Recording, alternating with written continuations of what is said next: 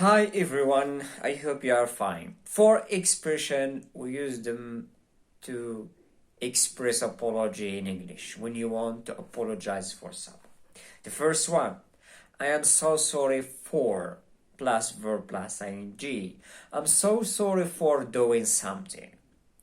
Number two, I apologize for doing something. For example, I apologize for being late. I apologize for not doing the exercise. Number three, I want to express my sincere apology for doing this. For example, I want to express my sincere apology for not coming on time. I am awfully sorry. For example, I'm awfully sorry for doing this. So these are expressions that we use when I want to express my apology. Okay?